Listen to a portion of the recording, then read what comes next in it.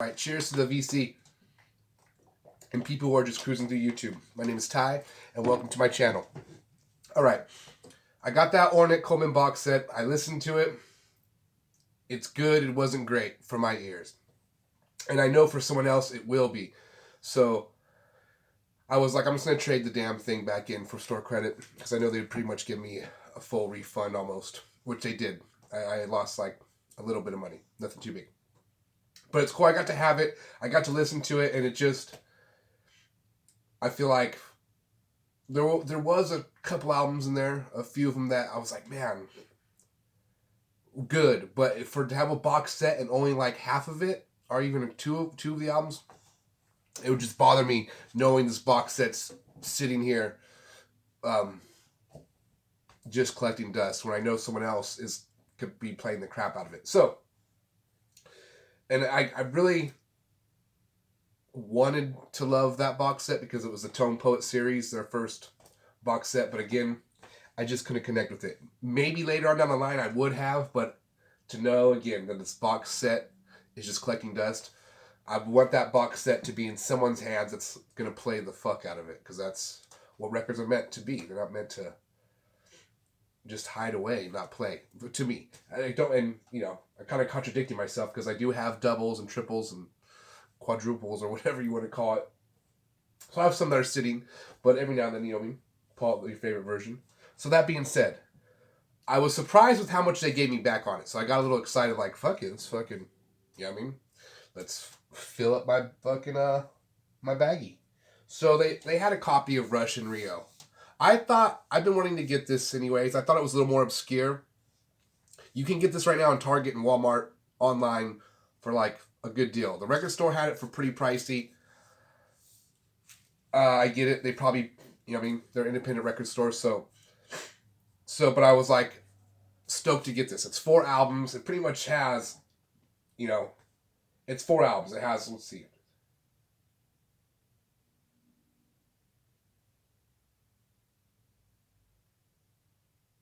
Over 30 songs. So, super stoked to get this. I'll open it right now. Screw it. Let's check this. We'll see what it's all about. It does have the gatefold has a little seam split, but not too bummed out about that.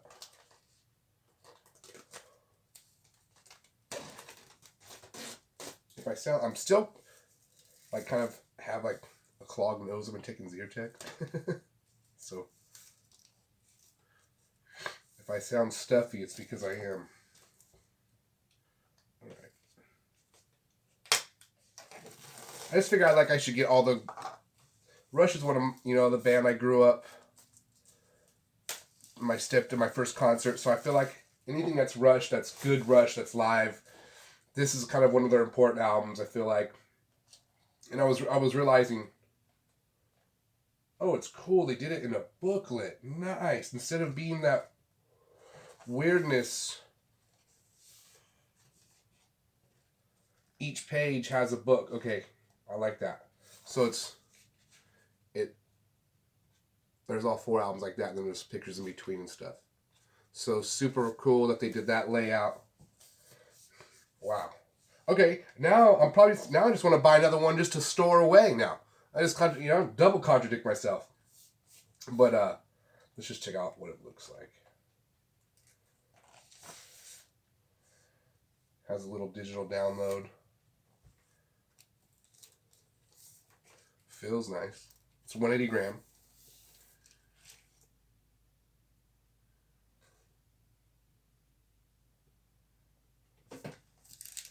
Stoked.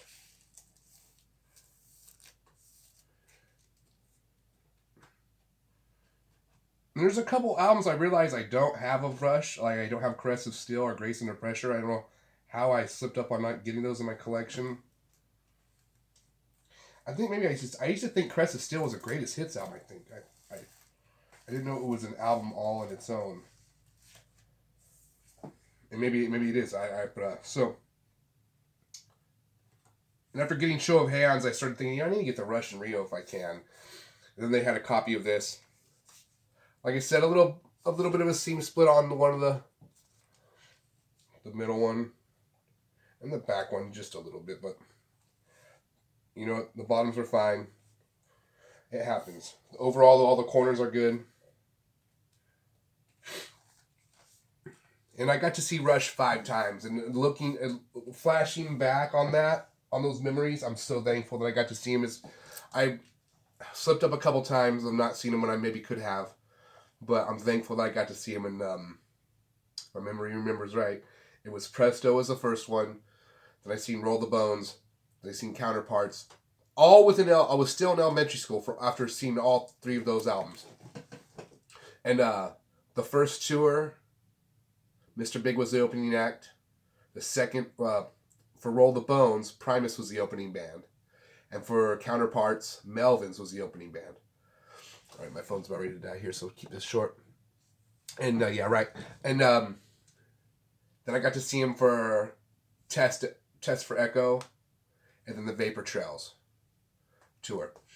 So, and now that Neil Peart's not here anymore, it's like, man, I obviously we knew how important Neil Peart was, but it just kind of like hit me the other day, like, wow, he's gone. Like, you know what I mean? Shit, he's like, a real genius.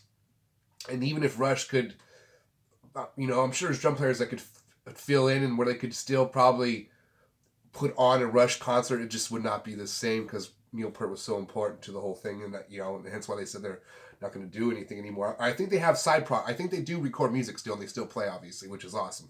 Can't stop doing that. But it just made me realize, like, man, I need to get whatever live stuff they have that I haven't gotten. I need to get, because it's super important to music, and it's important to me. So stoked that I got this Rush in Rio. Sorry, guys, get a little sad here thinking of Neil. But it's just, I was watching some of these old interviews of Rush, and it just, man, it's crazy to think that, like, just 3 friends, and this is how a love story for a lot of bands that, the bands that are legendary. And but you know what I mean, they were just 3 best friends that made killer music. So it wasn't like it was more than just a band. It was like it was like a brothership, or a band of brothers, so to speak. So it's that bond of making that killer music and doing all they accomplished and traveling the whole world. And I never really knew what YYZ was about. They were talking about how it was, they were basically, about traveling the world, and Geddy Lee was like, it's about coming back home after a big tour. And that song describes that feeling very well. So anyways, Rush in Rio. So what else did I get? I had a little bit of cash credit. So I'm trying to go through these ones quicker. My phone's going to die here. Bad Religion. Stranger Than Fiction, I think. Yes, and this wasn't one of my favorite Bad Religion albums, but I don't have any Bad Religion on vinyl. Fuck, I don't know how I fucked up that bad on that one. But it's just one of those things where I never would see any of the older stuff that I like. And so I figured they only wanted $20. Fucking swoop.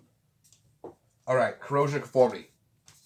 Albatross. Killer album. They have these in Tangerine. And I was like, you know what? Every Corrosion of Conformity I have is a colored vinyl. I think this one I just went with the straight up black. I'm just gonna... Which I'm stoked about because of the tangerine, like some yellow oranges color. I get it fits the sunflower theme, but no. But this is a killer album. Has helped me clean my wounds. Has Albatross, Clean My Wounds. The songs that I really like, 7 Days. Fucking killer. This whole album's really good. It has a bonus album though with some demo of them doing the Black Sabbath. Lord of this World. So anyways, so that's cool. And then I got this. Now I know this isn't one of Pink Floyd's greatest albums, but to tell you the truth, when it came out, it was a lot of hype behind this because it was like Pink Floyd's coming out with a new album. They hadn't came out with one for a little while. And I remember when it came out, my family listening to it, family and friends listening to it.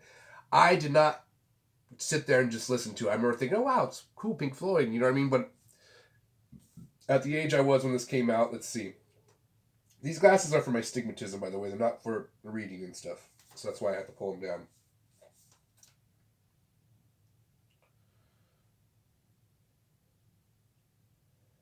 Okay, it's not saying the year.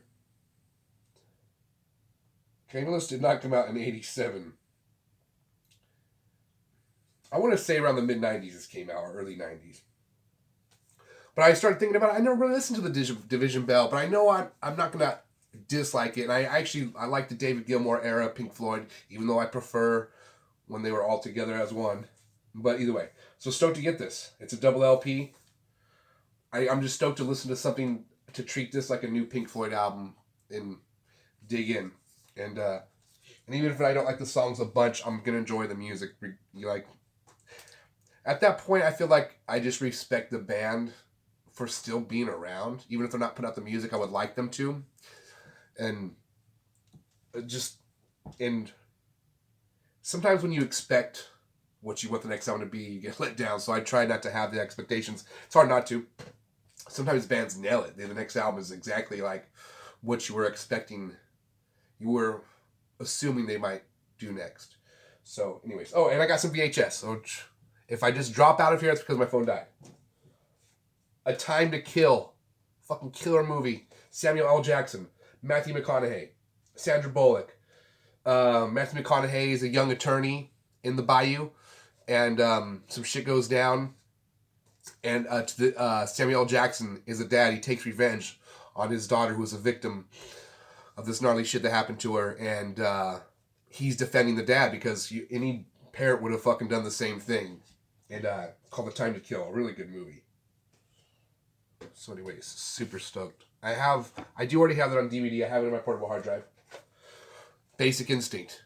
Don't have to say about this one. Fucking dope-ass cop movie. Michael Douglas. Back when you knew what a man was supposed to be. You just follow Michael Douglas' footsteps, okay? He was fucking rock star of an OG, okay? You're like, fucking, he had a temper. Didn't give a fuck. He broke the rules. He's a fucking... They're like, are you really going to give her a ride home? You know, Nick, what's going to happen if you give her a ride home? You're going to tear that shit up. And Nick's like, why do you guys suspect that? Why do you guys just expect that's going to happen? Because, of course, that's what ends up happening.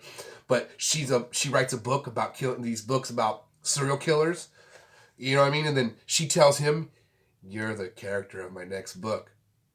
Again, that's all the red flags to fucking stay away from her. But what a real man does, you go and embrace that shit immediately, okay?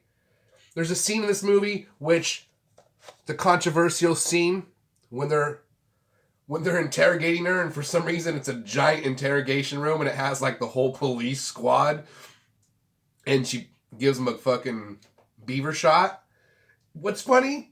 That's nothing now. That's nothing. Back when this movie came out, this was like fucking Basic Instinct. Sharon shows her twat. Holy fucking shit. You know what I mean? And it was like, that was promotional of this movie. It was like, she shows her twat, and there's the one scene that everybody was like fucking pausing their VCRs back in the day. Alright. Keeping it a 90s cop movie, Color of Night. Bruce Willis. If you haven't seen this movie, wait. 15 extra steamy minutes? Oh, fucking, I love it. So this is already a long movie, 140 minutes. Yeah, it's over 2 hours, nice.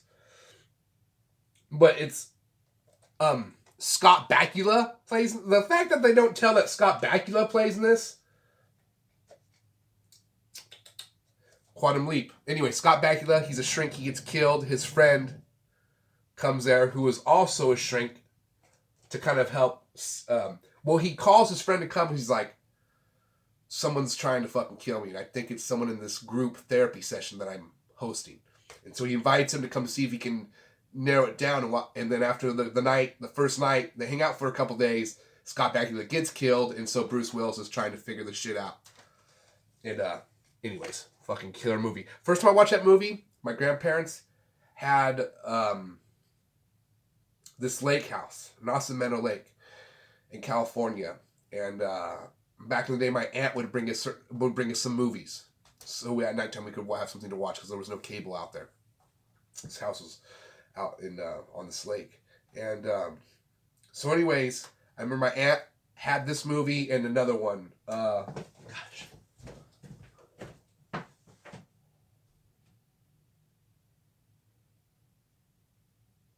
Guilty of Sin.